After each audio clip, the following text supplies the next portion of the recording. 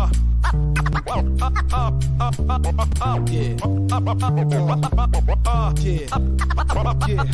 magic. You got to know, got to show.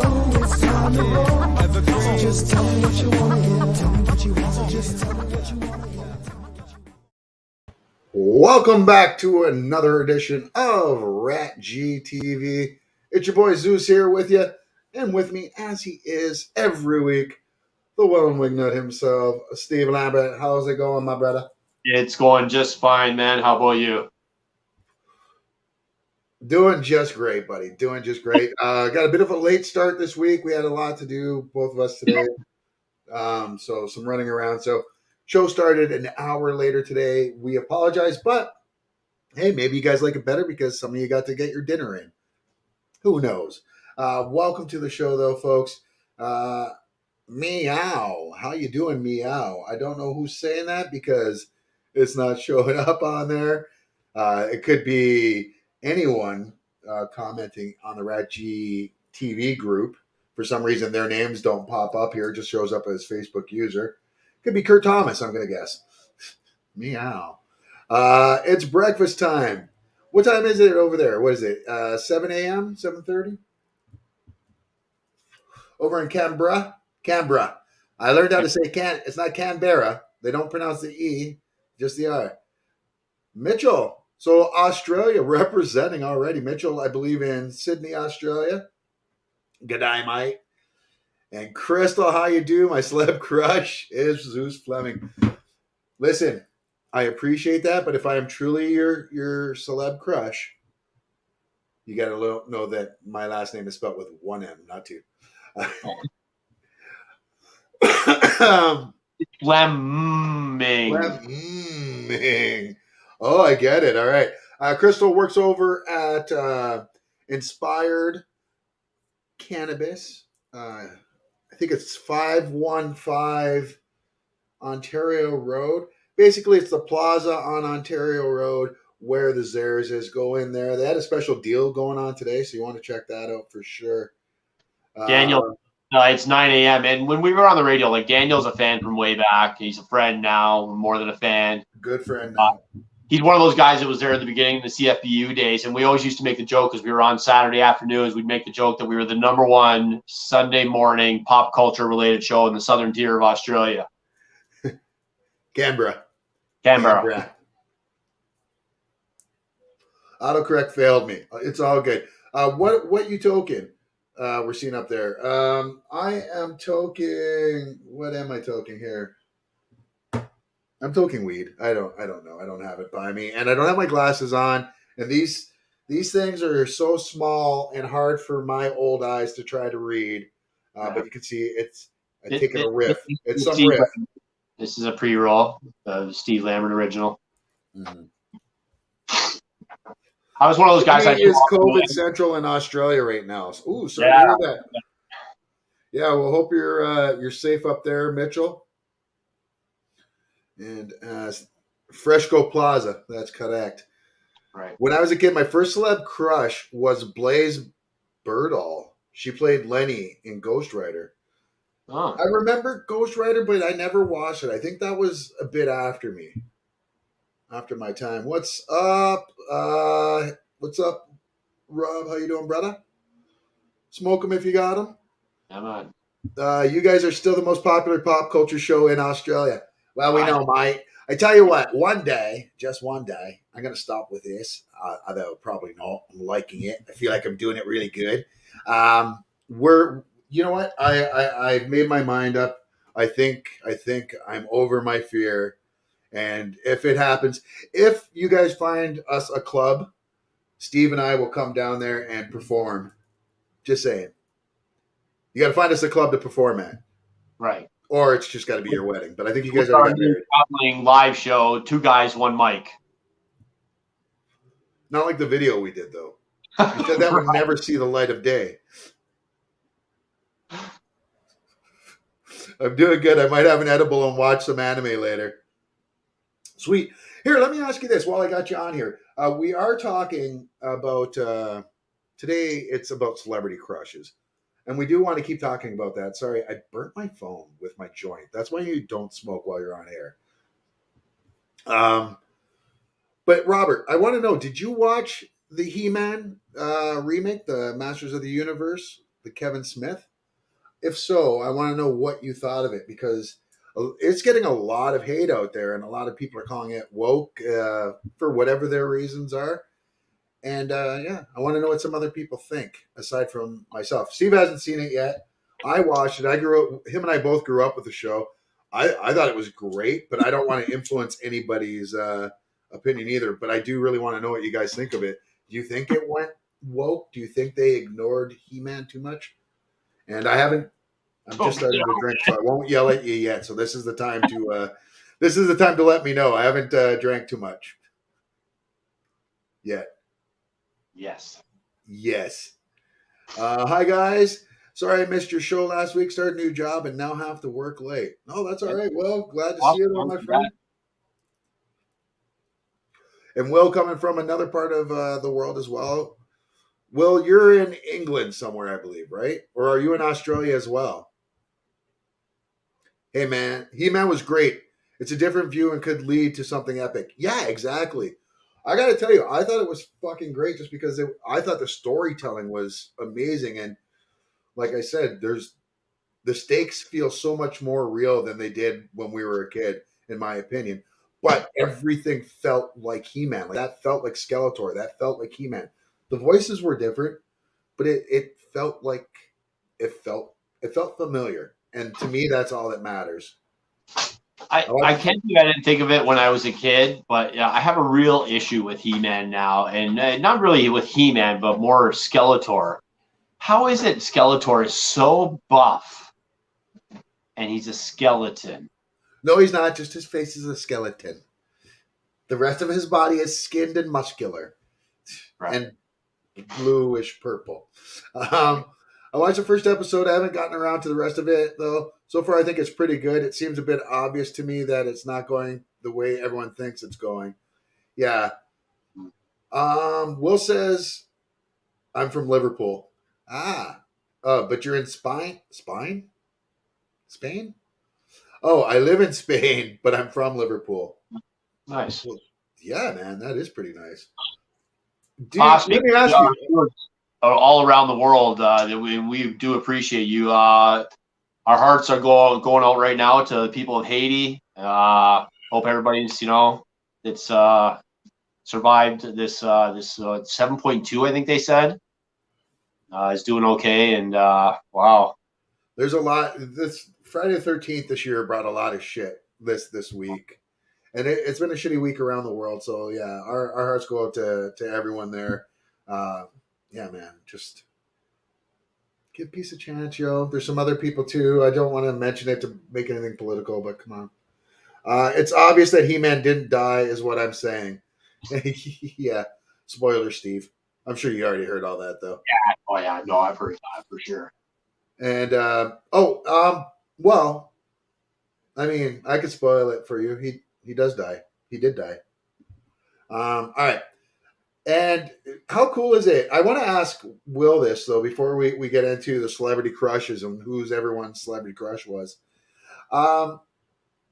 You say you live in Spain, but you're from Liverpool.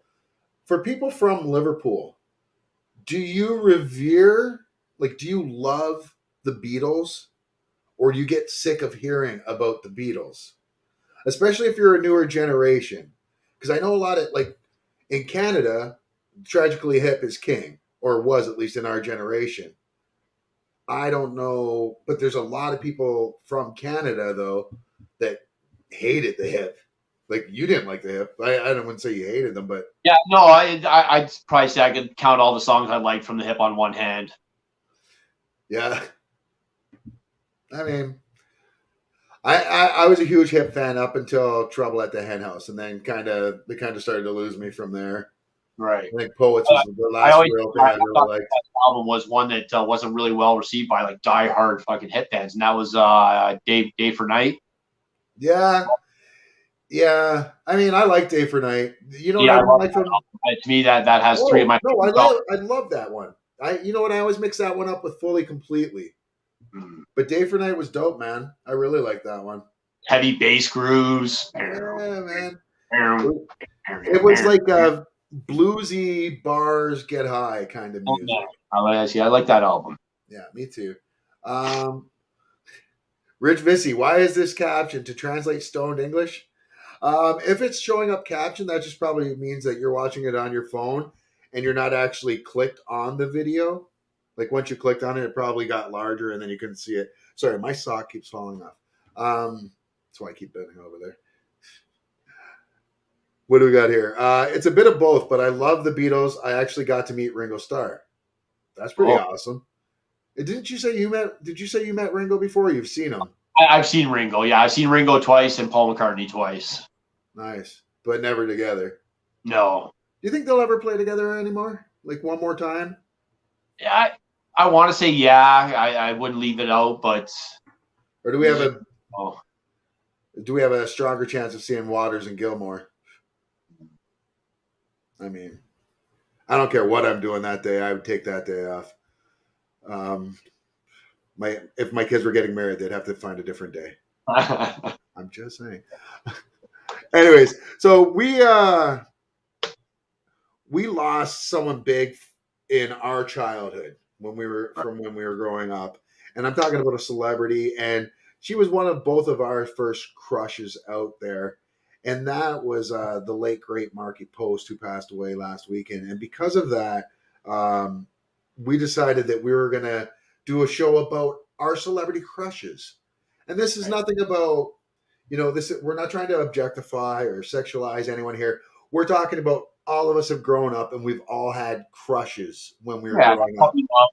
Puppy love. And yeah, some of these were like, we were like 20-year-old, whatever. But still then it's still, you're still kind of crushing. And so that's what we're talking about this week. And we're talking about our favorite celebrity crushes. And we want to see yours as well. Robert says Trouble at the Hen House had Butts Wiggling, which is one of the best hip songs ever. It's up there with Beautiful Thing from In Violet Light. I mean, I guess. My dad said see the Beatles before they were famous. Was there such a thing? I have everybody, who knows me knows I keep all my concert ticket stubs. I have, I've been to over 300 shows. And I started collecting old ticket stubs from, concerts from, long ago. And I have a ticket from Elvis, a ticket stub from an Elvis show. I actually have a Beatles ticket stub. Shit. Yeah. But you didn't go to either one of those. No, just, I purchased the tickets. As a kid, I had a crush on Janet Jackson myself as a kid. Yeah, I could see that. Janet was fucking gorgeous. We grew up though Janet was closer to our age. Right. And I think in the Jackson family, like for the girls, I think we were a little bit more about LaToya just because she was just dangerous. I mean, she was doing Playboy and she was the complete opposite of what you expected of the Jackson family image that they were putting out there. Janet Jackson was actually the first concert I ever saw. Come on. Yeah. Peter, my neighbors growing up, it was the night of the concert and they came knocking on my door and like, hey, we got this extra ticket. Do you want to come? And I was like, yeah, sure. I didn't really know her music or, I was a little rocker kid, back then. But as far as performance, like the show was amazing for 1989 or whatever it was, Wow. She definitely put on an amazing show. She definitely was a Jackson. Yeah, for sure. Kelly LeBrock from Weird Science. Yeah. I'm not going to lie. I had her on my list, and this was a hard list because, as I said, I made an initial list of my top 5, and then I'm like, oh, just for shits and giggles, I'll see kind of like what Google says for celebrity crushes from the 80s and the 90s. Listen, I said the 90s because 95 was when I turned 20, so that's I count as for at least half that decade, right? And my list changed like drastically. I think I only have one person from my original list. Like I don't even have Marky on my list, so which is hard to believe. And that's kind of where I stayed. I stayed with the teen, early teen years with my list. I started going that way, and then I was like, there's just some more. Anna Paquin was also another childhood crush of mine. Yeah, she was way too young for me though, just because I remember her from The Piano, and she won the Oscar for The Piano, and she was just a little girl then. So even when I saw her in the X-Men movies, that's all I could see is the little girl. It's like Selena Gomez, beautiful, beautiful young woman, but I'll always see her as Wizards of Waverly because that's what my kids watched. Right. Mariah Carey never did nothing for me. I'm sorry. My celebrity crush is Catherine Langford from 13 Reasons Why. The only reason I watch her new show, Cursed, on Netflix. I don't know who that is. No. And oh, dude, the list can be huge. Just like looking at the pics behind you. I know. And honestly, look, a lot of these aren't even on my list. Actually, Phoebe, Phoebe was on it and then bounced. I just grabbed that picture that was already made on Google. No, never did it for me. I know everybody loves Sable. Sable did nothing for me. I don't know. You know who it was? Kelly, Barbie Blanks. I like the girl next door type. Phoebe Cates above my head here. You can't really see her, but she's right there. Yeah, that like her. You'll see my list. She aged up with me. Haha, crushed on her and Fly Away Home. Continued to X-Men and eventually True Blood. Yeah, exactly. That's like the people that say Topanga from Boy Meets World. And I get what you guys say or what you see in her. It's just and she's not even that much younger than us in relatively speaking nowadays. But I just see the little girl. Yeah. The original Pink Ranger. Hey, we might be onto something. All right, Steve. We'll let you get started, buddy. All right, like I said, I try to stay 80s with this list. A couple of them, were definitely late 80s, early 90s.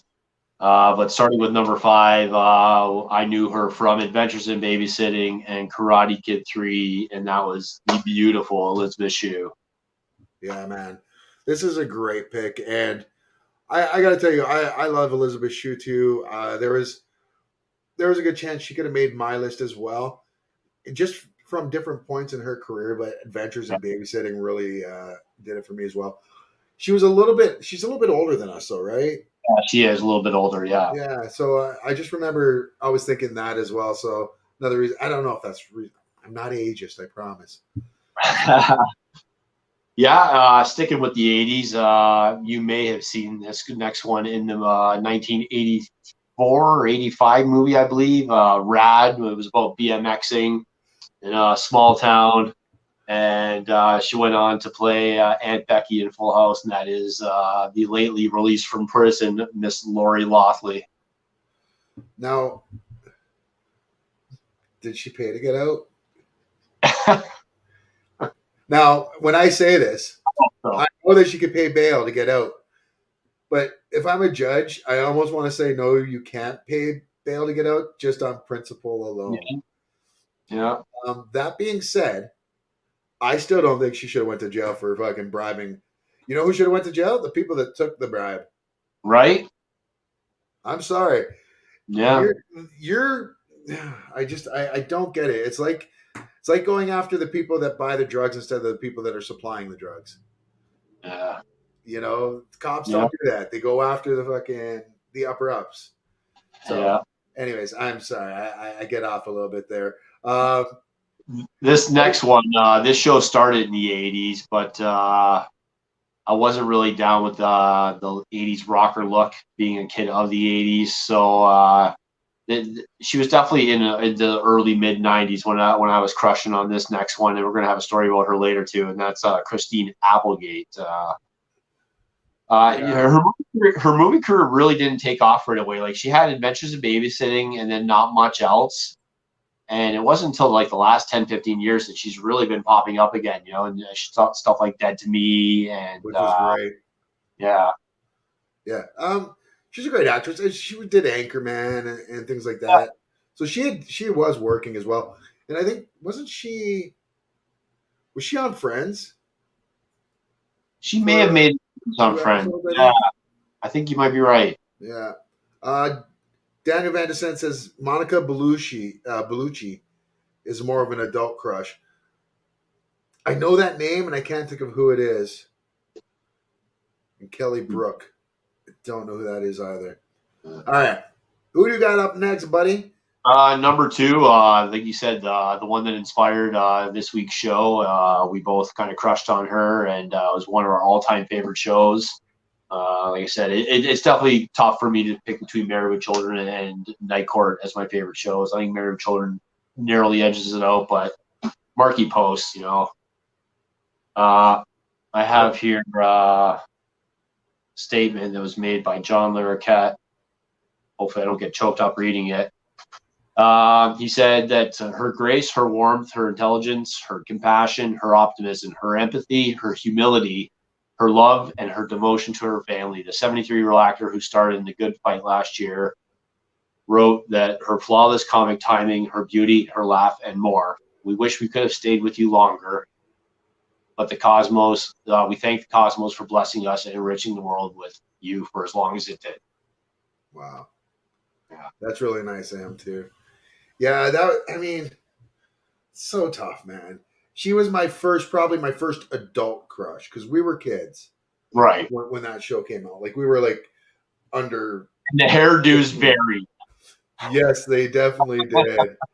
But I mean, even watching it back, like, I still see it. Like, I still see that crush on her, you know, and a lot of it. And I always wanted to hope that she was so much like Christine in real life.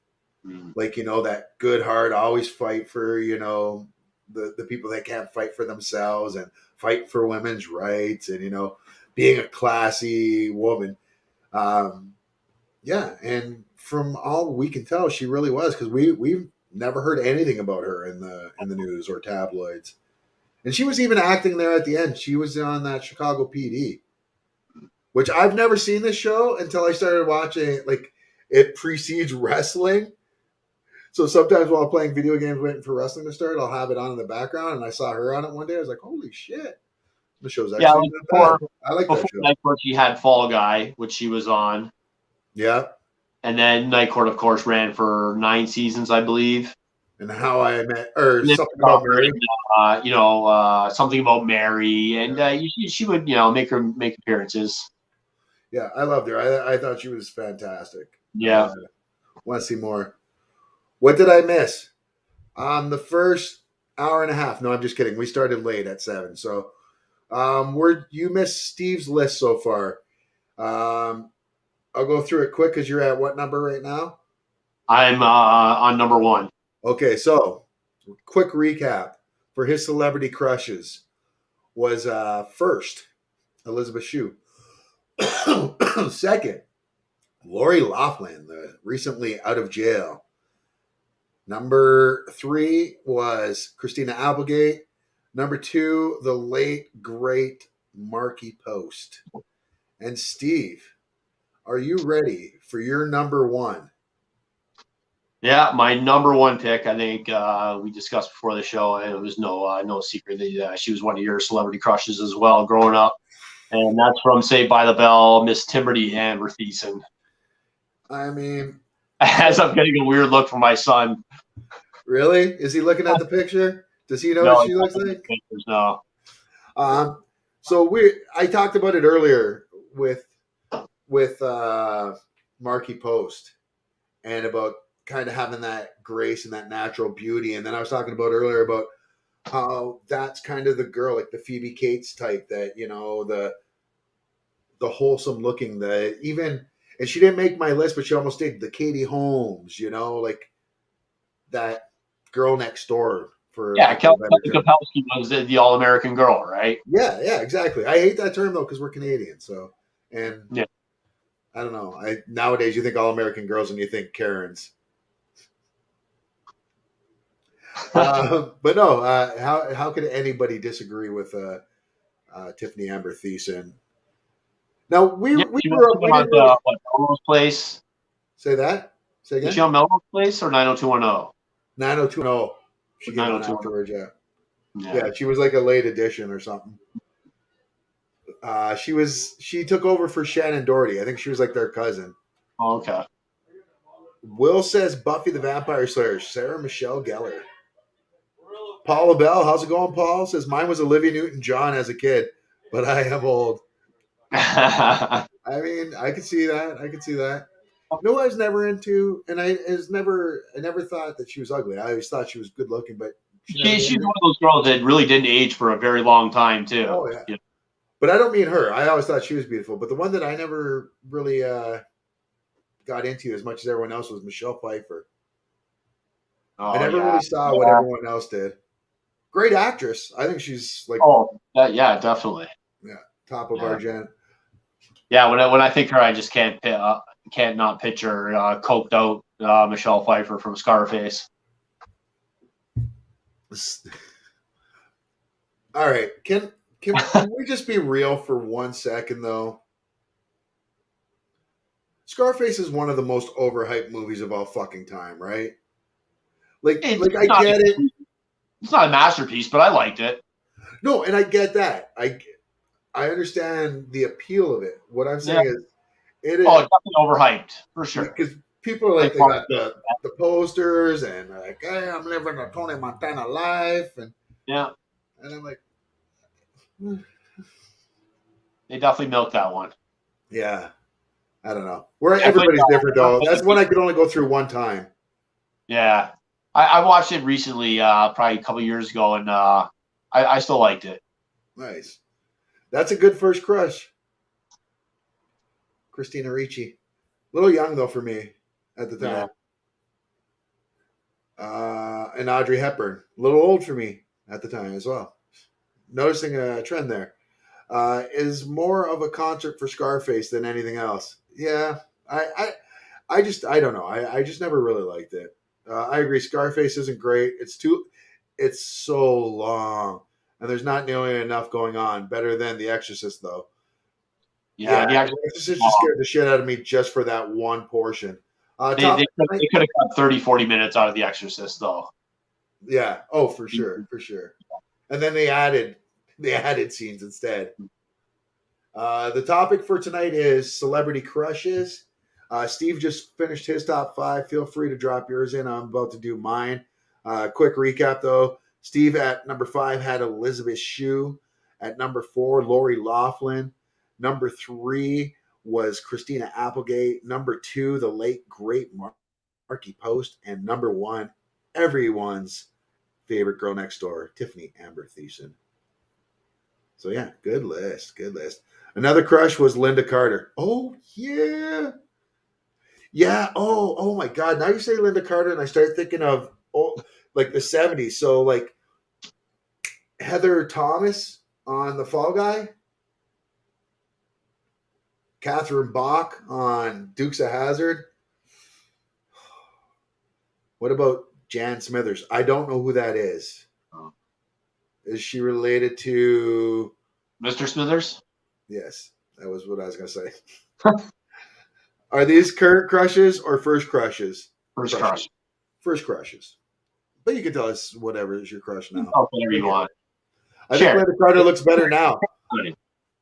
I think Linda Carter looked better 10 years ago. Now, I don't know if I completely agree just because we watched a lot of the behind-the-scenes stuff when she was on Supergirl as the president. And, you can tell her age is starting to get to her. Sure. Yeah. Bailey's Quarters on. Oh, my God, yes. I was a Bailey guy. So that's who you are. You're either a Bailey or you're oh my God, Lonnie Anderson. What was her name on that show? Yeah, I can't think of her character's name. But that's who you are. You're either Ginger or you're Marianne. I'm Marianne. I'm fucking Bailey. I wasn't whichever the brunette was out of Betty and Veronica. You know, Emma Stone could make me do anything. Me too. Going into the 70s, I don't know what, but Sissy Spacek was cute. Was she? I mean, okay. Hey. No, I mean, to each their own. I don't see that one, but yeah.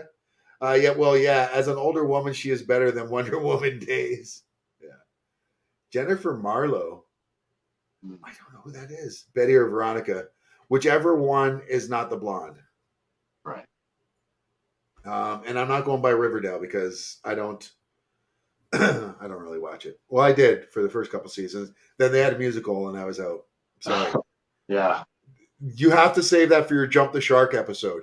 You Yeah. can't have a musical episode that early in a series unless you're planning on getting canceled. And even then, you still shouldn't do it. It's a what we ran out of ideas. What do we do now? That's it. Musical. Unless you're the Drew Carey show, they can get away with that 3-4 times a season. Right. If you're a musical show, then yes, like if you're Sheboygan or whatever that new show is, or what's her name's Glorious Playlist, where the show's actually a musical. Glee, okay, I get it. Do you remember Cop Rock? Cop Rock? Cop Rock. Yeah, with a P, not a CK. Yeah. Yeah, no, I don't. No, it was a musical about police department. No, I don't know. It was on Fox. Betty was blonde hair. Veronica was black hair. Okay. Carolyn Jones as the original Morticia Adams was a black and white crush. She's biracial? Oh. Jennifer Marlowe was Lonnie Anderson's character. Oh, right. Jennifer. Jennifer. I didn't know her last name was Marlowe, but Jennifer. I remember that. Jennifer, come in here. My first crush was actually Melissa Joan Hart, Sabrina, the Teenage Witch. All right. Yeah, all right. Linda Carter for me. Who's that? Billiam Michaels. All right, that's someone new. Welcome to the page. Thanks for joining. All right, let me get to my list here. Enough. I was going to say pussyfooting around, but is that insensitive? I don't mean it to be. But let's just get to it. Let me just start off with that. Don't ask me about being offended. So I know. Because I'm probably not. So one of my first crushes was I saw her. I'm sure I saw her in a few things like TV shows, like here and there, and then I saw her in a movie called The Last Boy Scout with Bruce Willis and Damon Wayans, and she plays Damon Wayans' stripper girlfriend. Spoiler alert: she gets gunned down early in this movie. She's basically the MacGuffin, like the reason for the whole movie, right? And gorgeous back then, gorgeous her entire life. Like this woman just ages perfectly, and that's Halle Berry. Most recently saw her in John Wick 3, and she was out there kicking ass with John Wick. Did you see that training video they did? No. With her training guns with Keanu? Like it was pretty dope. You've seen Keanu do it though, right? Yeah, I've seen Keanu. Yeah. So, but she's definitely up there for my list, and she was one that kind of came in later. Brittany Murphy and Winona Ryder were also some of my first crushes. Yeah. Dark souls, those ones. They scare me. So number 4 on my list was your number 1, and that is the girl next door, Tiffany Amber Thiessen. Kelly Kapowski on the original Saved by the Bell was just it. Like you said it yourself, that girl next door, but it was Saved by the Bell that really did it for me. And we're old enough to remember Saved by the Bell before it was even called Saved by the Bell. Remember with Miss Bliss? Miss Bliss, yeah. Good morning, Miss Bliss. Good morning, Miss Bliss with the girl that played Pollyanna. She was, and in the original Parent Trap. Haley Mills. Yeah. But yeah, good show. But then once she left the show and they did like a whole bunch of recasting and basically centered it around Zach, they brought in Kelly that first year, or Tiffany, and yeah, everybody's life changed after that for the better. That was sick. Yes. Halle is like a perfect specimen. Yeah. Our Miss Bliss, Audrey Meadows. No. Audrey Meadows. I don't know who that is. You're going really old school on me there. I would probably know them to see them from my grandparents watching the stuff, but I don't know. Okay, I have never, ever in my life ever heard anyone say Patricia Richardson at any point in her career as being pretty hot. And I'm not. That's not a diss on her at all. It's just Patricia has always looked like a mom. Yeah. Not like a MILF. She's always looked like a mom. So I don't know. But hey, everyone's got their thing. There's a different variety of porn for everyone out there. We don't crush shame here. Oh. Number 3 on my list. A lot of people thought this was going to be my number 1. And I honestly, she was my number 1. But then as I kept going back, like I said, I found others that kind of bumped her. But one of my first crushes that I can honestly remember, and I still follow her on social media till today, and that's the one and the only Alyssa Milano. And I mean, great seeing her on shows like Who's the Boss, because we grew up with that in the 80s. She's our age, and she aged really well. Like puberty hit her really well. And she played off of that, and Hollywood played on that as well for her. And see, you never stood a chance though, because you played football. Did you play baseball? Yeah. All right, you might have had a chance. I played baseball. I didn't play good. I mean, I played on a championship team for like hockey players and baseball players. Yeah. I always played on the championship team, and I always started, but it wasn't because I was good. It was just everyone else around me was good. I was like a career 120 hitter if I was lucky. Amber just mentioned, speaking of Home Improvement, Heidi.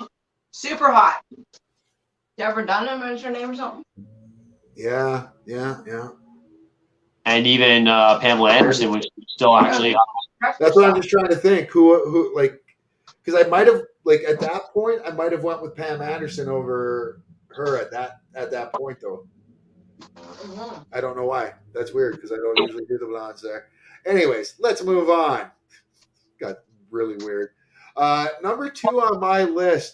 This one was another big one that I grew up with, and I got to tell you, I absolutely loved this woman all the way throughout her career.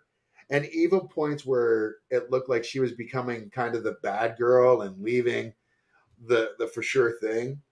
And I mean, how could you just not love Denise Huxtable?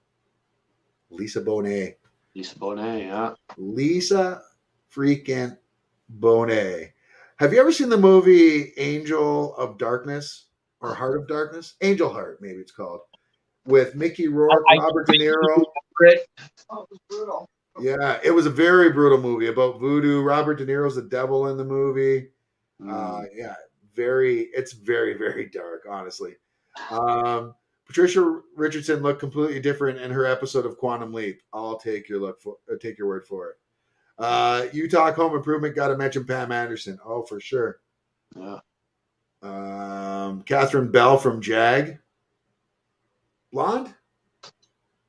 I haven't really watched Jag. I know the show. Yeah, I know the show too. I don't think I watched it.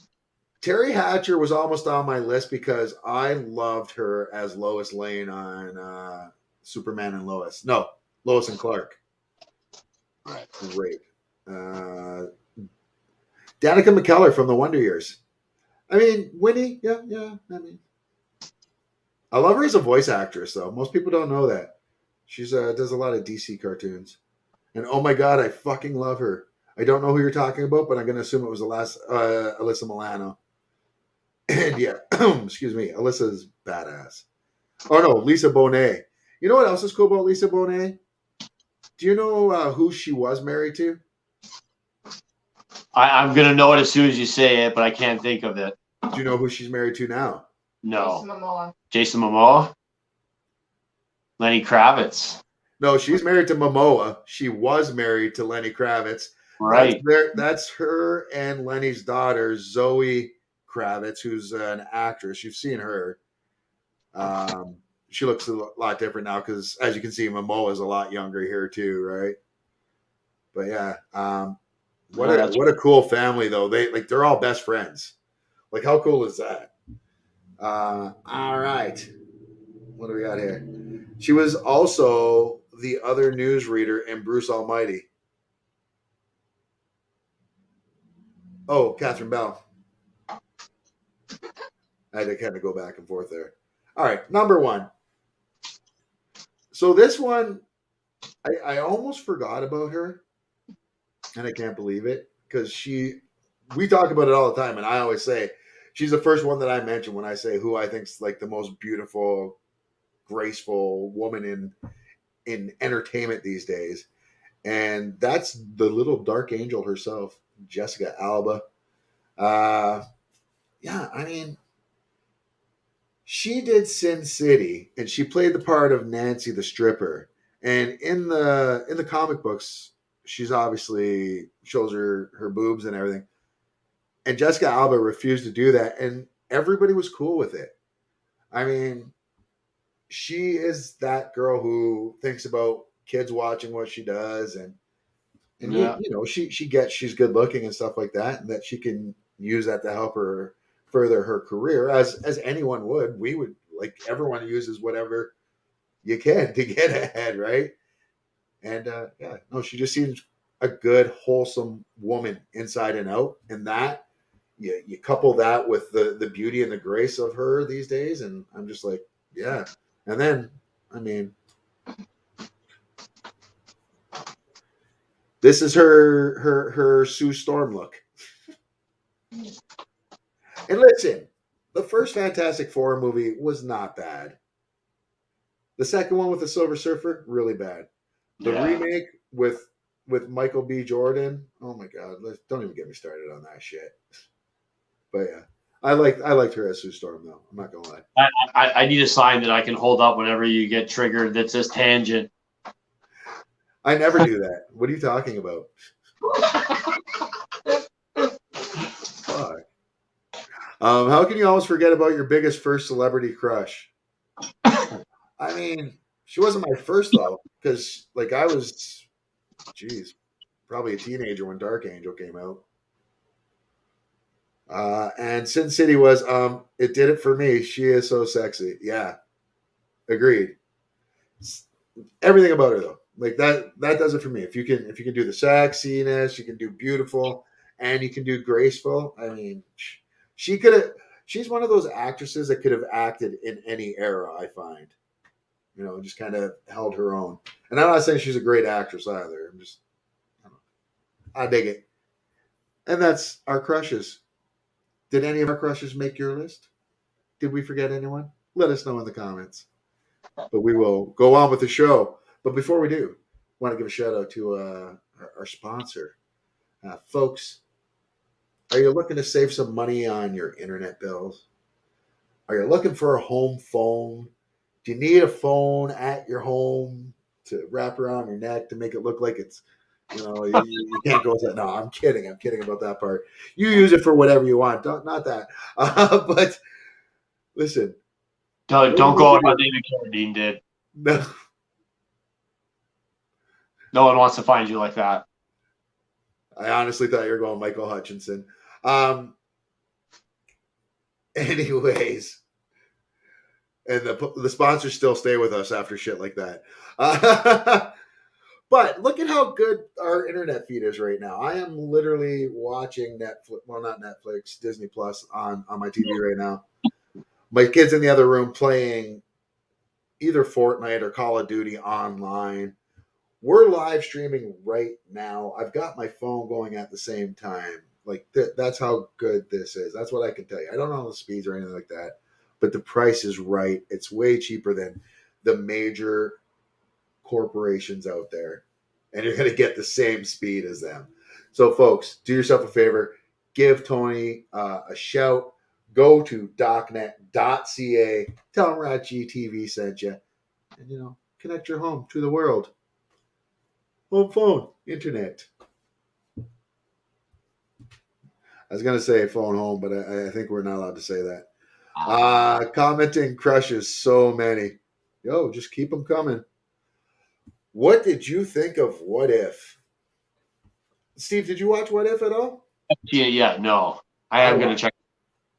I dug it. I liked it a lot. The first episode, and I don't think this is a spoiler because you see this in all the trailers, is Sharon Carter becomes Captain Carter instead of Steve Rogers becoming it. And there's some other cool stuff that happens in this episode as well. I really like it. I like where this series is going. We have a story that we're going to talk about a little bit later, though, that has to deal with the What If series. We have 2 What If stories this week, so hope you're ready for This Week in Geek. As we both take a drink simultaneously, because that's how cool we be. All right, but you also reviewed a movie this week. You went and watched a couple movies. I saw 2 new movies. We're going to save one for next week. So next week, you're definitely not going to want to miss my review of Don't Breathe 2. Wait. Don't Breathe number 2 or Don't Breathe as well? Right. Okay. All right. So what was the other movie that you watched that you're going to be reviewing? The other new movie I watched was the new Ryan Reynolds movie, Free Guy. If you've seen the trailer, Ryan Reynolds playing an NPC, and for those who are not in the know, NPC is a non-playable character. These are the characters that have the same reactions every time, do the same thing every time, go to the same places every time, and then just start their day over again. Right. And he needs to become self-aware. I feel like we've seen that somewhere before. And I'm not saying that like facetiously. I mean, like, I honestly feel like I've seen that concept somewhere before. And I didn't know he becomes self-aware in this. I just knew that, well, yeah, this is basically, isn't the Lego movie that? Where the Legos become self-aware? Like the mini, like just the regular average whatever Chris Pratt's name was in that movie. Yeah. Anyways, well, yeah, so that'll be your 5-second movie review. And yeah, Daniel, I meant Sharon, Peggy Carter, not Sharon. Sharon is the power broker, Agent 13. Oh no, I might see Free Guy tonight. Well, Steve doesn't, I don't think it's going to be a spoiler review. His review is I will not spoil. Yeah, so you're good. I was going to say more about the actual story, but it was stuff that wasn't really revealed in the trailer, so I don't want to give that away. Yeah. Well, there you go. So there's no worries there.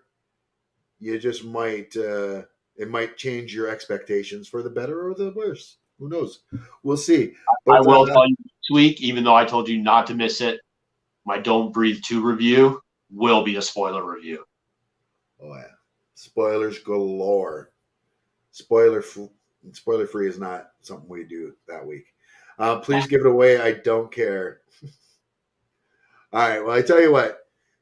I mean, this is just the part of the show that we need to get to every week, and it's one of everybody's favorites. And I think it's time that we get started with Steve's 5-second movie review. By Steve. Yeah. Jazz hands. I wonder what my neighbors think about this, because like now I always have my window open and everyone can like completely hear me because I'm right beside the alleyway. Nice. Yeah. What we do for you folks. I freak out my neighbors. All right, Steve. So I'm going to put 5 seconds on the board. You are going to give us your 5-second movie review of the movie Free Guy. Are you ready, sir? I am ready. You may begin now. Free Guy ran out of lives at about the 35, 40-minute mark.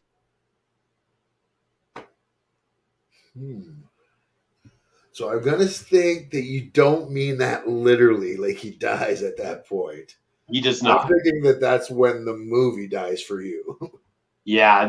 The movie, it just, it started okay.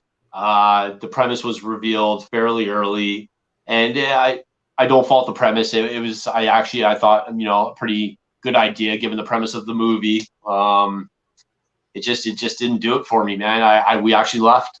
Oh wow! Yeah, you never leave movies. I know. I as I tell people, I have a sickness that even the worst of movies, I must stay to the end because I have to know how they end. This was one where I just didn't care. Oh shit! You missed the jazz hands. Jazz hands. Well, that sucks. I hope Yeah, Steve's back now. I was disappointed. This was one I was really looking forward to for a long time. As this movie was a pre-pandemic movie that was pushed back. So you can see a few of the references are dated given the time. I mean 2 years isn't really dated, but but in still. the world it's what happened last week, right? Nobody knows. So yeah, but it had its moments. It was a decent idea.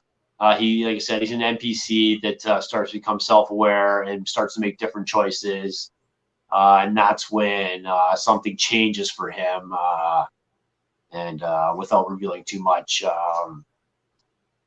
the outside world becomes aware of the NPC being alive. Oh, so Yeah. they try to rip him out or delete him. There is a little bit more at play, but again, I don't want to reveal the whole story here. So You can't reveal the whole story because you didn't see it all.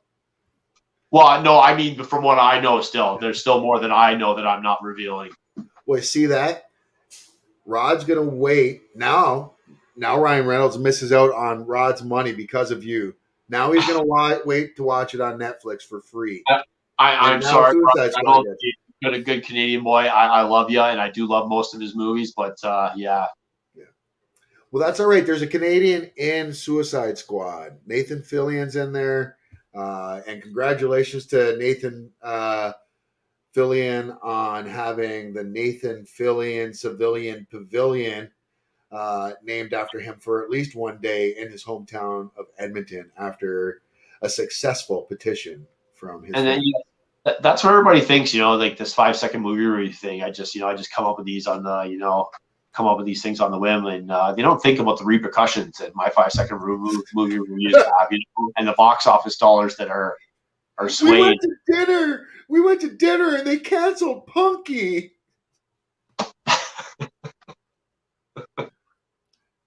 Okay, so if somebody can name that reference that only Steve and I get, where I just see, this is why Steve and I get along, because him and I will do this all the time, where it's the stupidest, most obscure reference that we know just only he and I will know.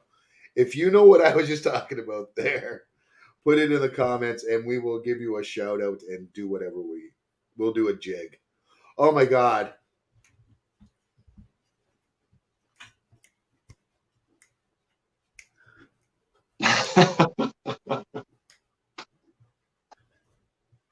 Hold on, I don't have room to do it here, so I'll get up and do it, Jake. But you'll just have to take my word for it. Oh wow, Greg! Well done, brother. Well done on nailing that reference. I didn't think any. I was honestly at first I didn't think you were going to get it. I'm like, all right. So So give us your score though. As we get off topic, there. What do you give this out of 5? This movie I probably give 1.5. Well, yeah, you left. I'm surprised And it's actually that high. That's based on like 2 laughs. Oh wow! That's not good. I mean, they were good laughs, but obviously to bump it up from without those 2 references in the movie, I probably would have given it almost a 0. So is your not giving things a 0 the same as you not giving things a 10? Right. Yeah. Okay. Keep it balanced, right? Yeah. You got to find it. Like I said, there was 2 really good laughs. I thought, they were great references, and I got a really good laugh out of them. So to me, that alone, that's. I applaud your writing. Very small piece of your writing. Huzzah for a little. All right. Well, there you go, folks. What do you think? What do you say? Not bad. Now we've added another new segment. Jordan couldn't be with us this week. He did say sorry. He did want to be here, and we had planned on him being here, but something came up, and totally understandable. Jordan got a job. I think he's at CTV. Nice. So yeah, man, doing awesome. We're super proud of him, and he will be back on soon. So don't worry about that. That being said, though, we do have another segment that I started. I need to make like some kind of opening, I don't know, intro for it, but whatever. We're not doing that. And that is, but we've been doing the TikToker of the week. And I think it's gone so well, I am claiming full responsibility for the Welland Wingnut joining TikTok. Yeah, you know, when you told me that you had finally gone on TikTok, I said that I actually downloaded it a couple months ago, but that was it. I downloaded it and never even looked at it. Yeah. And then you went on it, and I started. You know, I was only basing my off of a few things that you see in the media and stuff, and then scrolling through it. It's 90% of it is nonsense. But I mean, hey. But the good thing is about the For You page is basically they're only going to show you shit that you like.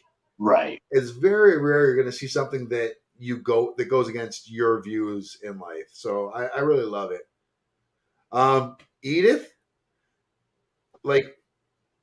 Edith from All in the Family. Yeah, you're kind of a weirdo, Will. I'm just kidding, Sully. We love you. But yeah, that's fucking weird. Only Archie loved Edith. And Archie.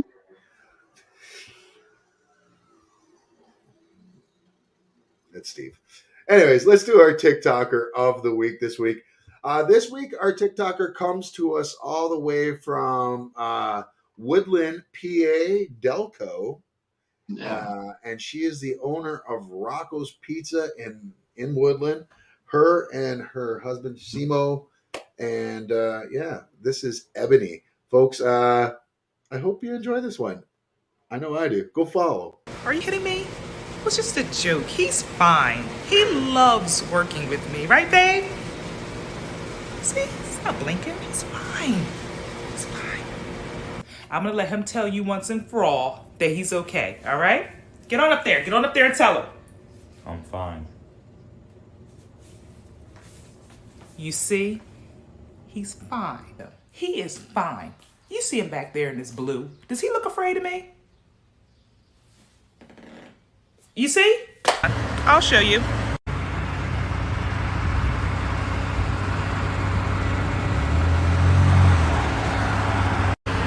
You see? They're all fine.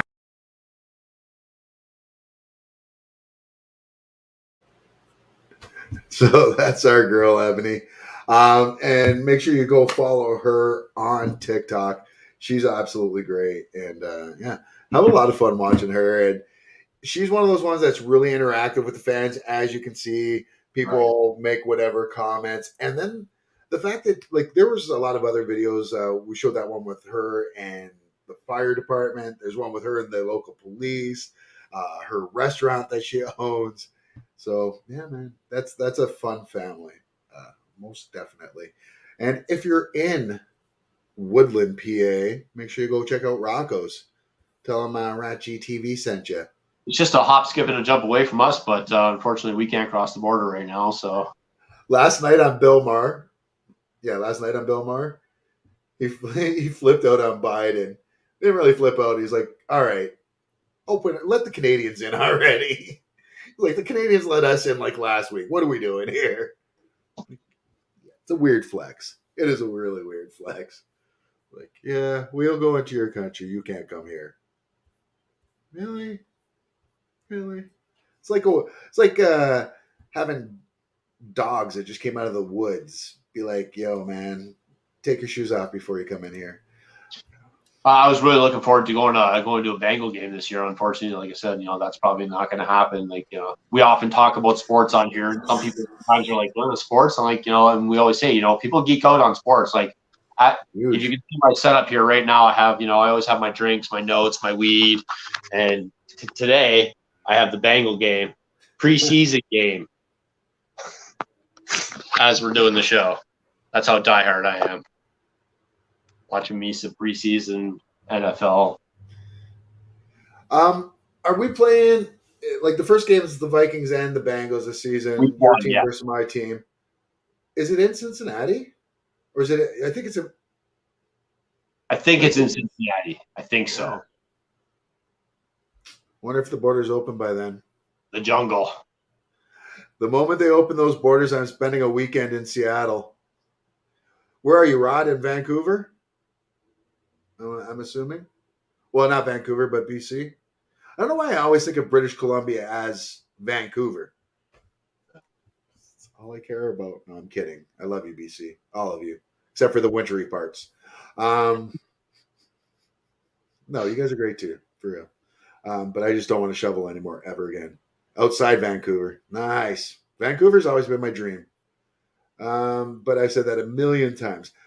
So we've done our TikToker of the week. I mean, why don't we just get to... Oh, I almost had a job in Chilliwack. Right on. I turned it down. But let's just get to the news because, it's getting late. And my drinks are going down too easy for us not to do the news.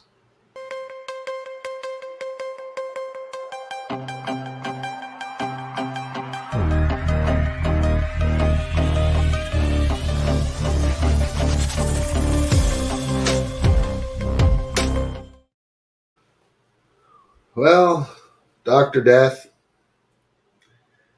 I mean, this one let us off. Rarely takes a week off.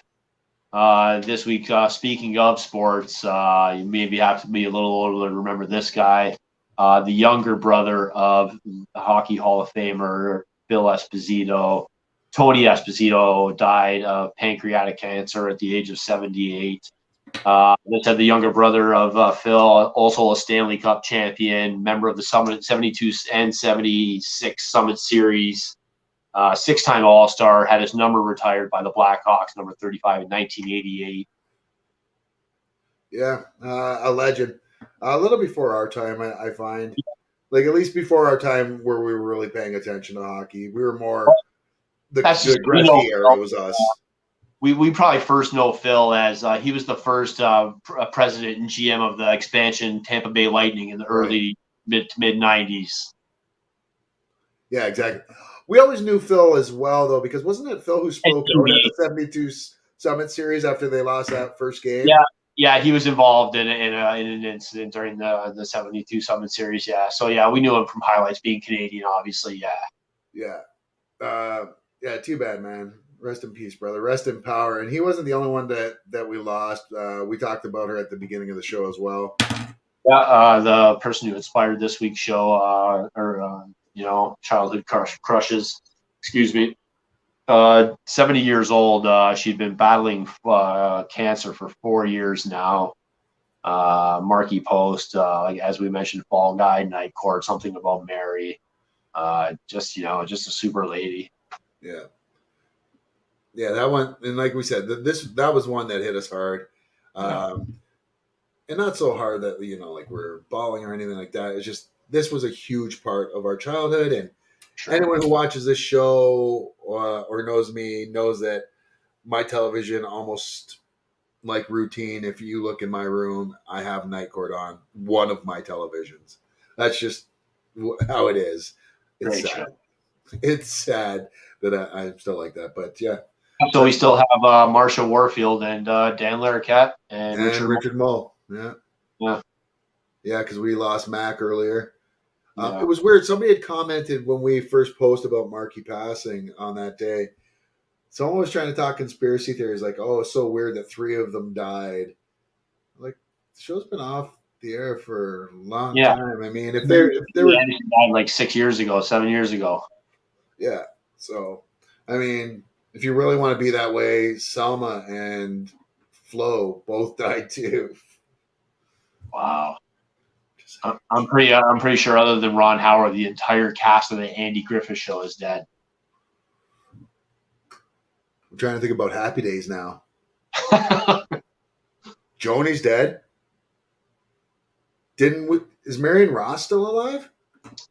Yeah, well, she was.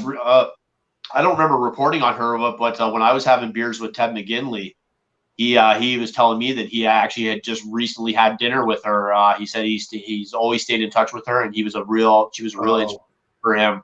I always forget he was on that show. Yeah, he's like that notorious guy that would come on a show when they had nothing else left. They're like, all right, let's throw on Ted McGinley and try to get some younger viewers on. No, he said that her and Marion Ross were close for years. Rod Stein said also most of the Golden Girls. Yeah, only Betty White's left, but that makes sense. They were senior citizens in the 80s. Well, she's a Highlander. Say again? She's a Highlander. Right. Whenever somebody dies, did you see my post I put on? Did you see the post I put on Facebook today? Steve Martin was on Bill Maher last night. Steve Martin was born old, right? Yeah. And he just doesn't he doesn't age. He was born old and he just stays that age. I think he put the glasses on just to fuck with people. I'm sorry. I'm just saying. Talk about conspiracy theories. Betty White is a vampire. Or a Highlander. Yeah. I can be only one. So, speaking of there can only be one, or at least me wishing there was only one and not the possibility of a second, Marlon Wayans recently was in the news and said that he thinks the time may be right for a White Chicks 2. I know you're saying yay, yay, yay, and I know Jordan James is somewhere watching this and fucking loving it because he loves this movie, and even my buddy Jade. The time wasn't right back when it came out in the first place. I'm sorry. White Chicks is one of the most racist and fucking offensive movies and also stupid movies ever made. I disagree with none of that. What's that? I disagree with none of that. And you still love it, and you still want a part 2. Hilarious. I don't get it, and especially with how sensitive a lot of anti-woke people are. Right. You know, they're gonna just lose. How is this fair? And the thing that kills me is they're right. Don't make me agree with them. Please don't make me agree with them. I don't want to agree with the bad people. I don't. But this was never a good idea. This is so wrong in every way. Like, I mean, making fun of white people, making fun of white women. I mean, and then he's like, oh, I think the time is right now. This isn't Tropic Thunder. This isn't an actor playing an actor who goes to an extreme length to be able to portray a role. They didn't even look like women. Never mind the fact they didn't even look like the women they were supposed to be playing, like that they were supposed to be impersonating. They didn't. Dude, look at this. Their necks are black. Look, you can see the black necks. They didn't even put the makeup on their necks. What the fuck? Oh, man. I need to watch White Chicks tonight. I think when I was doing this show with Jade, I'm pretty sure that was my lowest reviewed movie that I reviewed. And I hate it with every fiber of my being. That movie is straight up trash. The best thing since Betty White is sliced bread. Yes, she is older than sliced bread. Well played, sir. Well played. Now, we were talking about, you know, the Wayans playing white blondes. You got the next story, but this one is not as humorous. No, one is more serious. Christina Applegate came out and said that she had been diagnosed with multiple sclerosis. Anyone who's followed her career knows that a few years back she actually got ahead of the game and had a double vasectomy because it was something that ran in her family. So she tried to get ahead of the game with the breast cancer. That was successful. Now multiple sclerosis. She said she's got a great support system. In 2018, Selma Blair from Exorcist fame Oh my God. came out with her story that she had MS, and she had reached out to Christina Applegate to give her some. This is so this is sad because we love Christina Applegate. Whether we just love her from growing up with her. I didn't realize Selma Blair, and I'm really sorry I didn't have this as a story here, folks. Selma Blair is filming a movie, and I don't know the title offhand, and it's just about her last days. It's about her dying, and I think they're filming. They're gonna film her die and put it in the movie, and I mean that's tough, man. That's tough. But when you're an artist, that's kind of what you try to do. Yeah. We wish Christina the best, though, and man, sad to see, honestly. Go from some sad news to some happy news. You're a fan of Cobra Kai? Yes. So, one of the main characters on there, and everybody's favorite. Let me see if I can pronounce his name properly here. And I do apologize, but Sholo Mandrew is been cast as the Blue Beetle in the new upcoming Blue Beetle live action. I don't know if it's an HBO series, like it was going to be an HBO Max series or a movie, but either way, I think this is a great casting, and this is going to be DC's first lead superhero that is a Latin American. So, and he'll be playing Jaime Reyes, Blue Beetle. I think it's a good casting. I always said I think the best thing about Cobra Kai is the kids. The kids are the best actors on that show because as much as we love the originals, let's be real, and I love watching Johnny, and I love watching Billy act. But I mean, those kids are knocking it out of the fucking park. What's up? Speaking of Park, what's up, Chad Park? Good to see you, Spawn. All right, buddy. How are you? Hope you're doing well. All right, let me see. So you got the next story there. Yeah, this one is something we've been following for a while now. Of course, anybody who's been following the Jackass Forever movie, which will be the 4th installment, knows that Ben Margera had a pretty strict contract when it came to this one, basically trying to help him, stay clean. And he had a bunch of conditions which he breached. He was let go. He has officially launched a lawsuit against Paramount, MTV, Johnny Knoxville, Jeff Tremaine, and Spike Jonze. And Spike Jonze. Yeah, this one's going to get ugly. Well, I mean, it's bam. Jackass Forever comes out October 22nd in theaters. I'm going to have to assume this is the last Jackass movie. Yeah, Johnny Knoxville, I know for sure, has said that he is, he didn't even really want to do this one, but he said this is definitely it. Yeah, I mean, I was just never a Jackass guy, and I know a lot of people love them, and like I said, everybody's got their thing, and let them have it.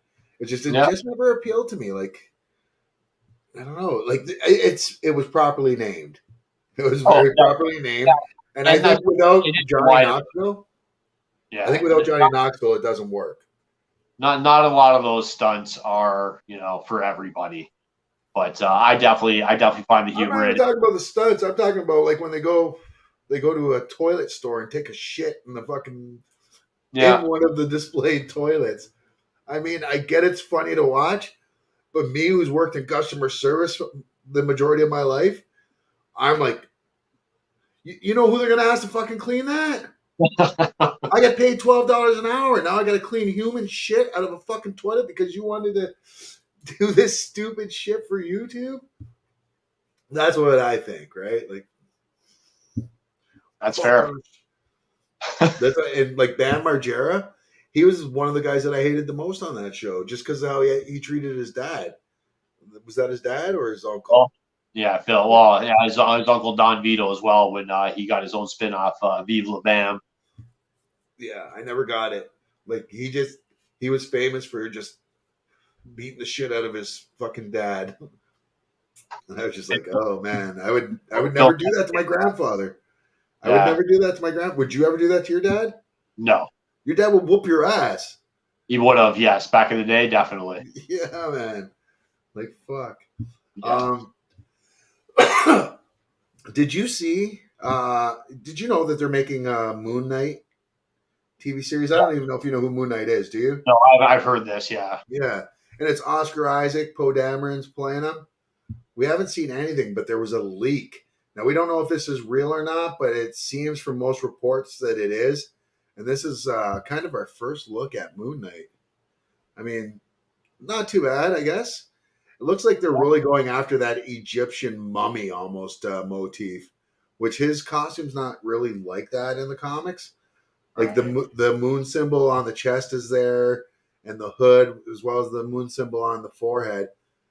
But it's more of a pure white costume.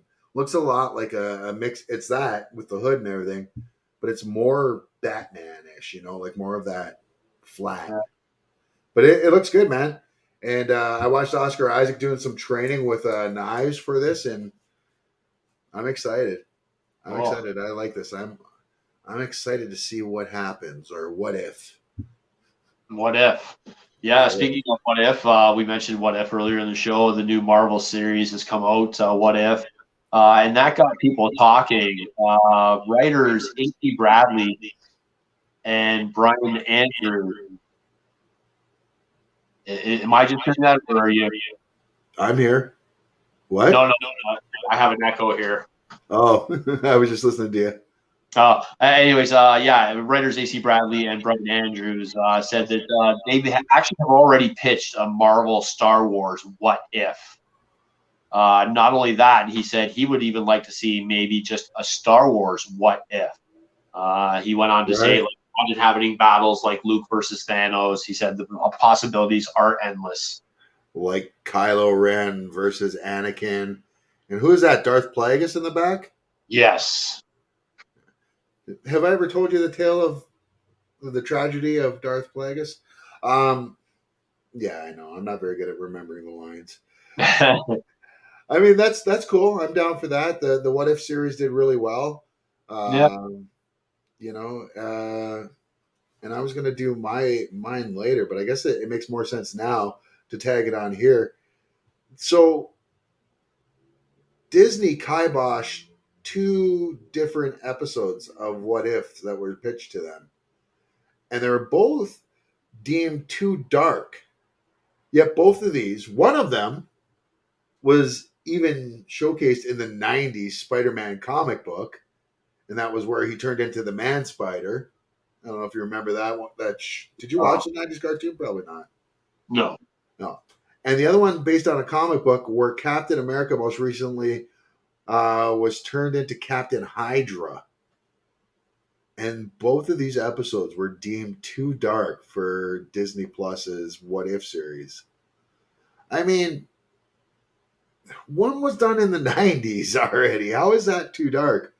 Yeah, And they not only that, they have one of the episodes is Marvel Zombies. Is that not like I've seen Captain America's a zombie in that one? So like I don't get it. I was getting much darker than zombies. Yeah, right? Looks very grayish talking about Moon Knight. A Star Wars What If Yoga. Yoga? Yoda? Yoga was doing some Yoda? Yoda was doing some yoga. Speaking of Yoda, you are. Yoda was a Sith Lord. We've seen those photos of that. That would be pretty dope. Oh, I mentioned that on the page about Spider-Man. Yeah. Just it doesn't make any sense to me. It's pretty silly, to tell the truth. All right. So you can go with your story next, and then I'll double back here. Gotcha. Toy collectors, get excited for this one. Hasbro is releasing a self-changing Optimus Prime. It's going to be a limited edition. They're not saying how many exactly. but it's going to go for $750. This thing looks so badass. It, like you said, it changes itself, self-transforming. 60 microchips, 27 servo motors. Like, this thing is a badass beast. Like, I mean, I ain't buying it, but that's pretty cool. That's pretty cool. Yeah, it would look cool in the studio, but I need to stop spending money. I mean, I might spend it if it was like, say, maybe a Metallica version of Optimus Prime, you know, like the Cliff Burton 1962 to 1986 commemorative Optimus Prime comes with its own black. Oh my God, is that Cliff Burton's base? I never even noticed that. That is definitely a base that Optimus is holding there. I don't even know if this is a real thing or not. Found it on Google. It looks pretty cool. Definitely want it to be. I so want this to be real, though. Autobot Commander Master of Puppets Prime. Awesome. So awesome. I mean, wasted on Transformers, but sorry, not sorry. Speaking of saying sorry all the time, that is something that most Canadians are known for. We're also known for having We're sorry a bit of about that. Yeah, we are sorry about that. Sorry. And some say most of us are humble. Not me. Nobody ever says that about me ever. But other Canadians, very humble. Did I freeze there? I'm sorry. But one Canadian out there has been getting a pretty raw deal in Hollywood, I'd say for the last 10 years or so, maybe a little bit longer, but who had a really hot start. And recently just got cast in a Martin Scorsese film. And he was on a podcast. And one of the podcasters was saying how much that the internet has just fallen in love with him lately. And he got all choked up. And of course, that is Brendan Fraser, Encino Man himself. He's like the internet's darling right now. And he is one of the most genuine guys out there. We've heard countless tales of how good he is. One of our buddies, Sam Sino, who works a lot of the Comic-Cons with us, he had told us stories about how nice he is as well. And just humble, like straight up humble dude. And I don't know. I'm happy to see it happen for this guy. I really am. I liked a lot of his early stuff. They like the Cliff Burton. Oh yeah. Well, it was a bus though, not a transport truck. Too soon though. So what like? There are some great Brendan Fraser roles. Everyone remembers him from Encino Man. I think that was his first big breakout. Buddy. Of course, there was also School Ties. Chris O'Donnell. I didn't realize that Matt Damon and Ben Affleck were both in that movie as well. Yeah, great movie. Oh, for sure. Blast from the Past. I know that's one of your all-time favorites. Oh, definitely. Funny movie. Put that right up there with The Mummy. That wasn't trying to be a comedy. I like The Mummy. I'm not gonna lie. I like those. I've never seen it.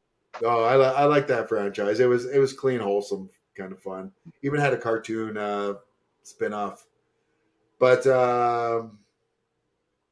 speaking of cartoons, my kid really loved Looney Tunes Back in Action, which was. Have you ever seen that one?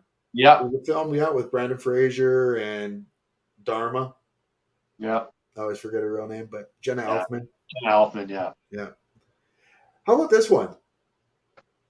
Have you seen Monkey Bone? I don't remember if I'd seen it or not, but I was seeing the cover now. I definitely remember it. Yeah.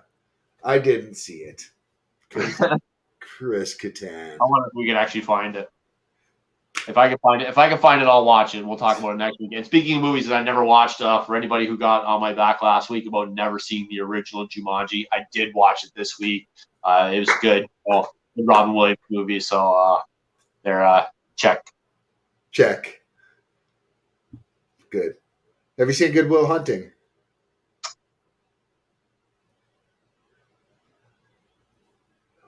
Dude.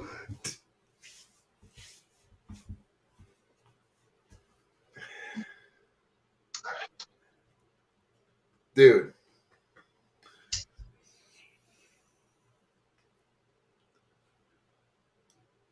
Dude. There are only so, well, I shouldn't say there's only so many. There's a shit ton of great Robin Williams roles, but there's only so many great emotional roles. Have you seen Awakenings? Yes, love Awakenings. Dude, it's Good Will Hunting. Have you seen Dead Poet Society?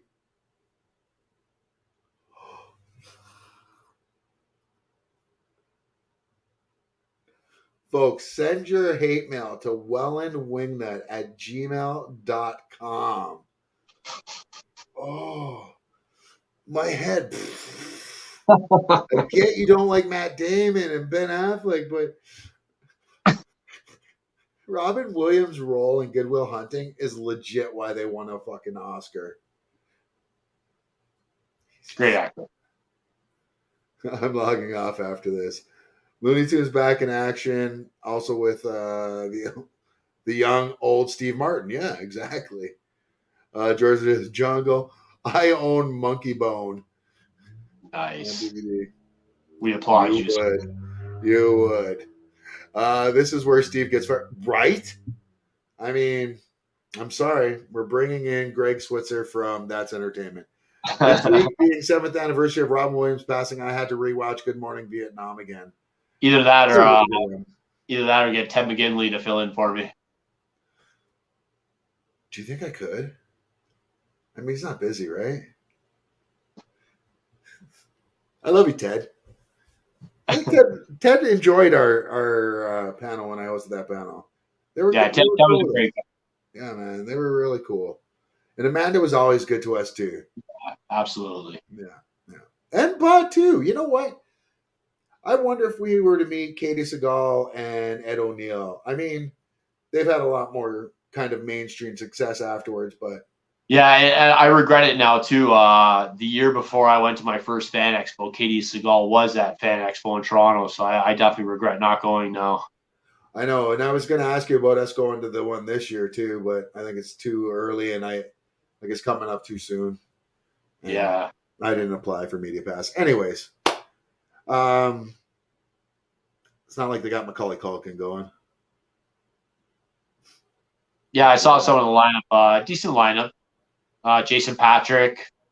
From Speed 2 and The Losers. Oh, and Lost Boys. Well, I have no idea. I don't know. I didn't see. But I was trying to give you a nice throw there when I said they don't have Macaulay Culkin. That was kind of like my throw. Oh, Macaulay Culkin, yes. You know, that's what I do as a professional. But my stories are a little mixed up on my page here. Well, that's my fault. That's okay. Home Alone reboot is coming to Disney Plus November 12th. This one's going to star Ellie Kemper, Rob Delaney, and Kenan Thompson. And Kenan Thompson, everybody's favorite Fat Albert. Hey. Saturday Night Live alum. That guy that everybody loves. Do they? Well, he was on that show, that Nickelodeon show. That yeah. I never watched Kenan and Good Burgers. Yeah, that was like my kids were either way too young for that, or the other one was too old for it. Right. So, but there you go. That's what happened. I am not pouring a drink right now. I am just really just looking down at my penis. Confirmation that was still there. We're good. All right. So what do you think of the Home Alone reboot? Like, this is a Disney Plus series, right? So yeah, I mean, it's definitely a little further removed, I guess, from the originals. But I don't know. I mean, I also didn't think I was going to like the Turner and Hooch series, so I love that. So okay, so did we talk about that already? A little bit. Yeah, it was when we talked about it. I'm really digging it too. My Yeah. son said the same thing today too. He's like, I really didn't like that first episode, and I didn't think I was gonna like it. And I was the same way. I really didn't like the first episode, Yeah. but I gave the second episode a chance, and it does it. I don't know what it is. It's the corniest, most shouldn't work Really TV is. show at all. It should not work at all. And every week I'm like, it came out on Wednesday, like it does every week. Yeah. And yesterday I'm like, Turner and Hooch wasn't on this week? We could just watch it like 2 days ago. That is sad. But it is that good. We got some comments here. Why another reboot? I mean, why not? If they can't. You know, there's a story I didn't put in here, and I want to put it in really quickly soon. But let's check these comments. Is Shatner doing Fan Expo? I thought I heard Christopher Eccleston. Oh, Christopher Eccleston, low-key, is my second favorite Doctor Who. The Ninth Doctor's, I love the Ninth Doctor. My two favorite Doctors are Matt Smith, number 11, and Eccleston. Eccleston, for as much as people like to shit on him, he was the first Doctor that came back when they rebooted the series, and that kept going. That's what launched us into the current Doctor Who run that we've been on, which has been a great run. I know a lot of people that haven't liked the last two Who's. What? What? Who? Where? Third base. That was, I don't know. I love Eccleston. I don't know who's going to be at Fan Expo, though, honestly. I guess it's easier to call a reboot than change the name with the same premise and be compared to another movie. So here's the thing, though. Is that the case here? Or is it like Turner and Hooch, where it's going to be some type of continuation? Like, will it be connected to the original somehow? Yeah, 'cause I think me and you both thought that the new Turner and Hooch was going to be its own incarnation, and turns out he's Tom Hanks's kid. Right, which is... Were you a little upset that Tom Hanks is dead?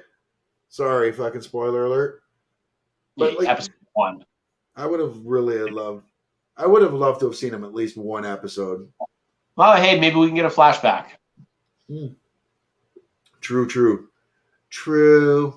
Anyways, yeah. So not all reboots are a bad idea, especially if it's a continuation. Now, speaking of that, we talked about it last week. We have another reboot, continuation, whatever, from the Addams Family. We're getting the Wednesday Addams TV show. Last week, we talked about Luis Guzman being cast as Gomez Addams.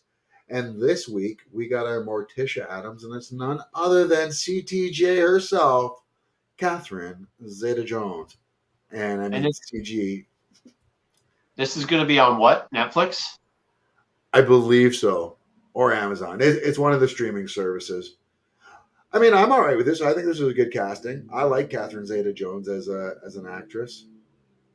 And as Morticia, as an older Morticia, it makes sense. So, yeah. And I'm hearing people complaining about Luis Guzman for the role. I mean, I could see there being better people, but for the age, I think it's perfect because we're looking for an older. This is about Wednesday as an adult. Yeah. So we got to And think that love Luis Guzman. yeah. So I think it's good. My favorite Doctors are 9 and 3. I really wish Eccleston had done more than just the one season, but now he's back for audio adventures, which is still something. Oh, no shit. I didn't know that. Thought he said he'd never come back, and I'm sure he would have cameo. Like, do a cameo or be on the app cameo. Talking about Tom Hanks, maybe? Yeah. Yeah, he wouldn't be on the app cameo. I'm looking forward to, as I'm also looking forward to the Monsters movie. Yep. And that's Rob Zombie's movie, right? He's naming it after the address. Yeah, 1313 Mockingbird Lane. Which was also the name of the TV reboot starring Jerry O'Connell that failed. Right. Sorry, Jerry. We love you. It wasn't Jerry's fault. It wasn't. We love you, Jerry. No. I mean, un petit, un porco. I mean, he had a dream, and He let's just did say have a it burned down in a field of wheat. I had a dream. Field of Dreams, the 1989 movie starring Kevin Costner. The MLB took advantage of this promotion idea and actually built. Well, they couldn't use the original field, but they had because of it didn't meet major league dimensions. So they had to build a temporary 8,000 seat field in Idaho, or in Ohio, in Iowa. Sorry, Iowa. New York Yankees played the Chicago White Sox.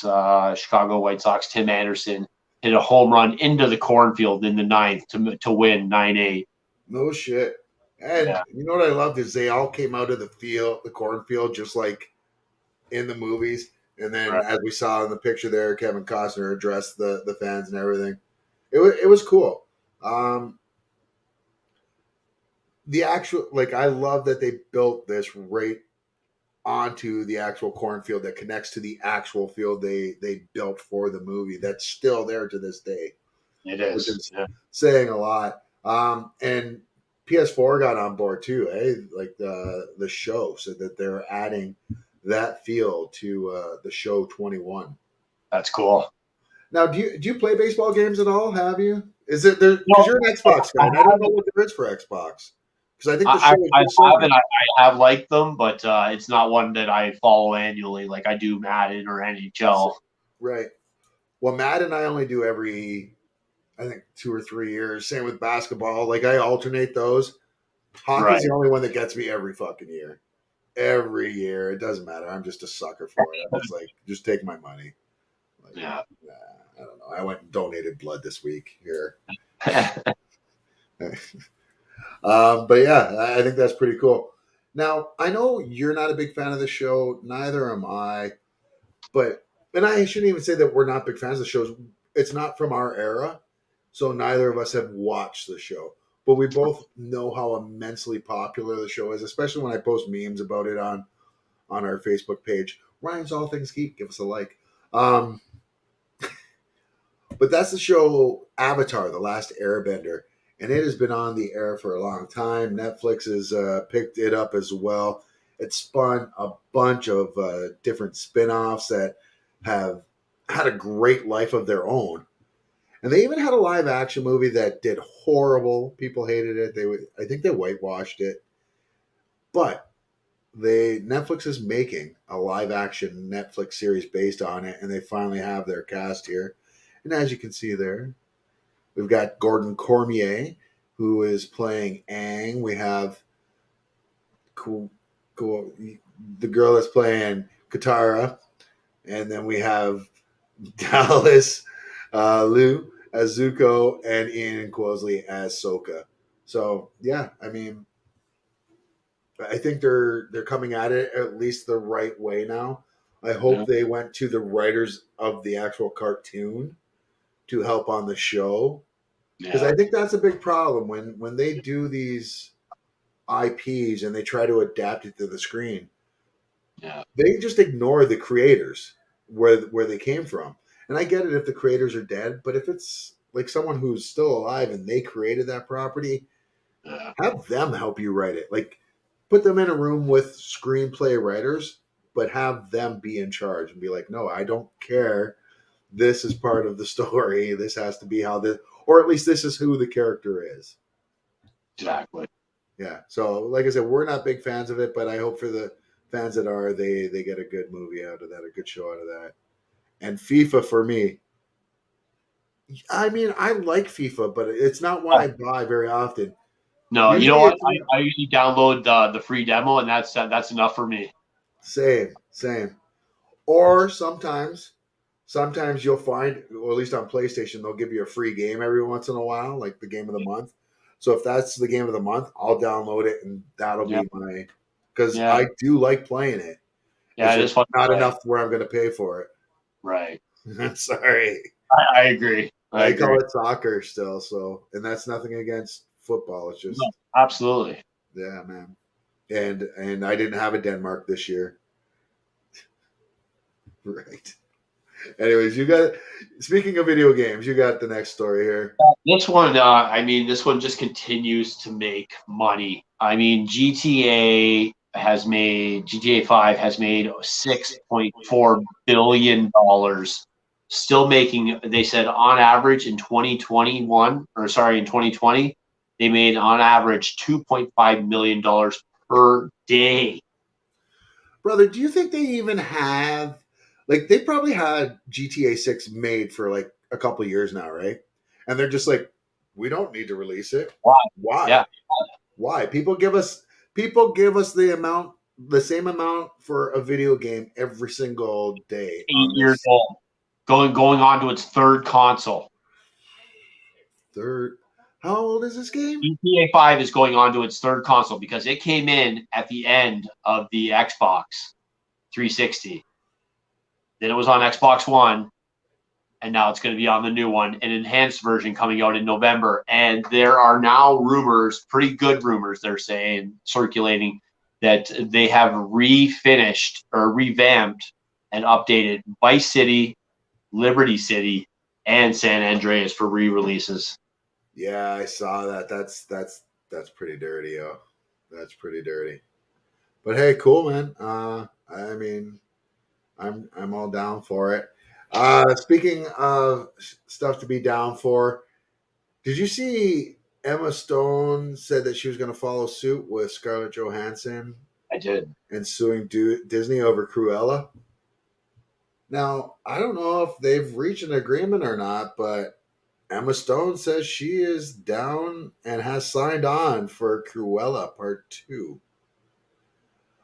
I haven't seen the movies yet. I don't really get I never understood the appeal of people wanting to see more Cruella because legit her whole thing is killing dogs and making clothes out of dogs. Yeah. And Disney's like, But let's put all our money on her. What the fuck? What's that? Michael Vick's sitting back right now going, what the fuck?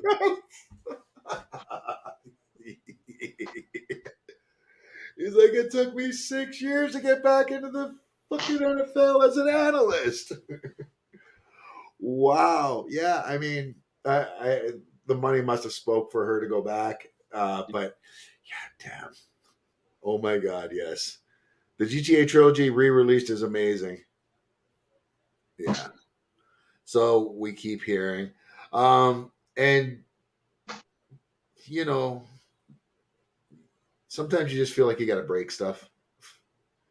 Speaking of breaking stuff, we talked about Fred Durst's new look last week. He was in Lollapalooza in Chicago a few weeks ago. They had COVID measures in place, vaccinated and or test within the last 3 days. Excuse me. Yeah. Fred Durst spoke out this week saying that he'd actually lost out on a bidding war for an action figure, custom action figure of himself. The winning bid was $680 on eBay. Fred Durst's last bid was $415.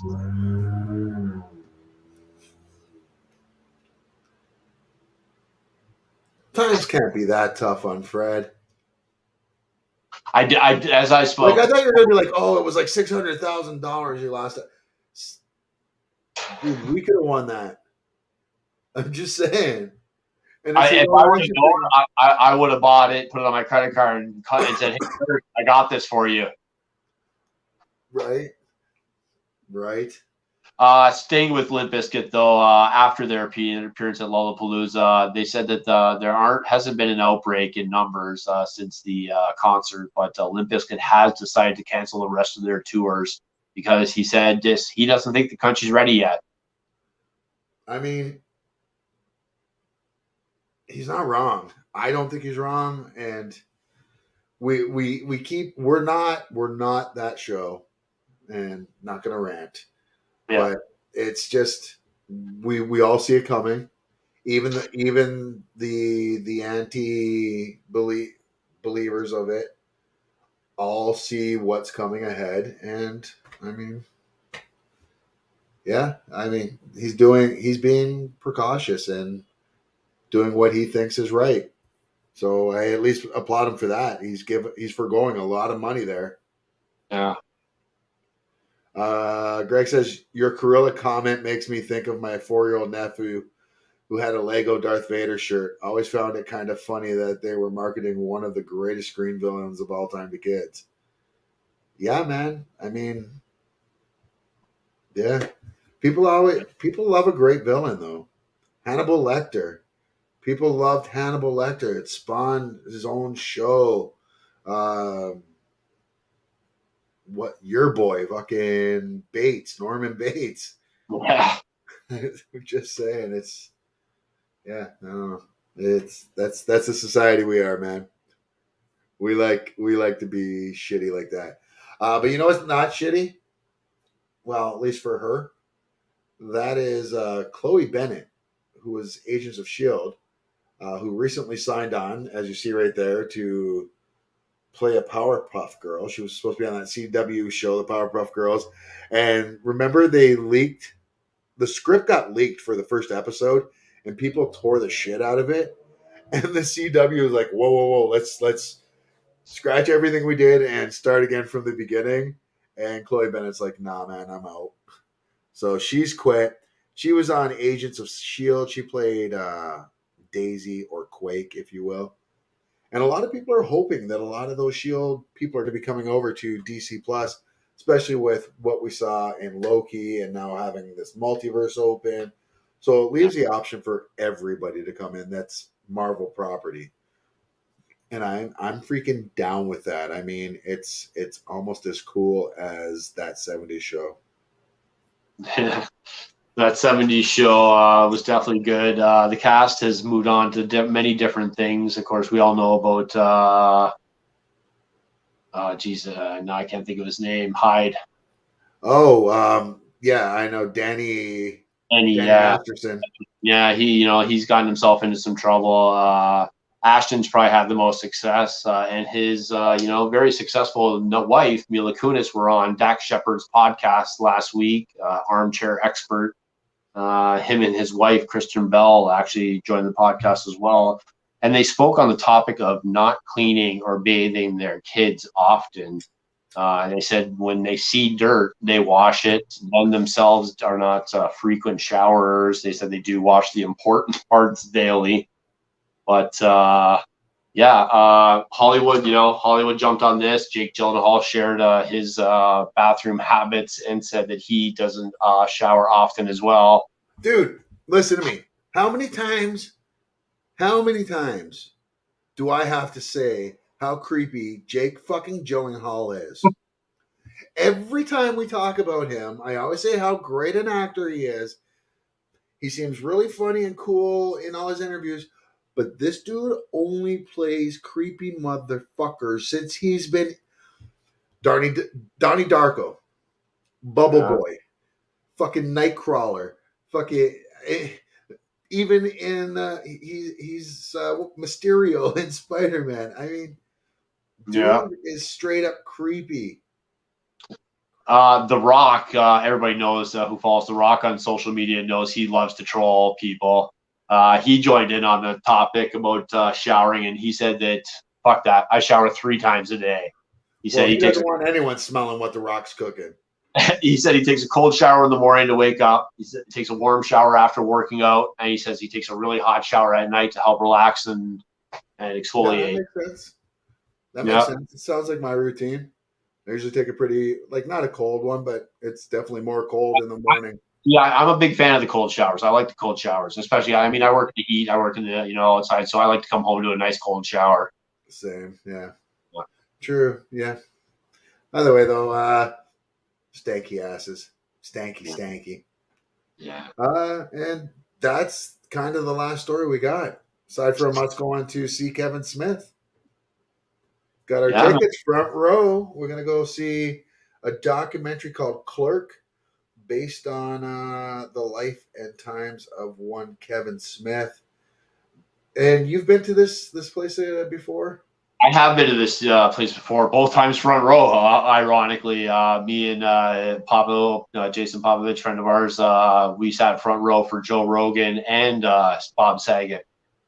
Nice. Yeah. Oh, see, when you said that, I thought Bob Saget opened for Joe Rogan. Oh no, two separate shows. Yeah. No way. Very, very small theater, intimate, nice. It's a great venue. Queen Elizabeth Theater. Well, so this will be fun. We'll see the movie, and then afterwards, I have a Q&A with Kevin Smith. And Right. both of us know Kevin Smith and love Kevin, and we both know that Kevin is the only one that could probably outrant me. So we know that this Q&A that's probably scheduled for an hour may go 2 or 3. And we also got to bring some great weed. I thought Robin Williams probably had done the longest set I'd ever seen a comedian do, and that was probably about an hour and a half. Joe Rogan, when we saw him, 2, and then he just came off and jumped off stage and shook hands with everybody, took pictures with everybody, went back to the bar and had drinks with people. He was couldn't be a nicer guy. Nice. Right on. I love hearing shit like that. The Rock should shower 3 times a day. Dude works out like a god.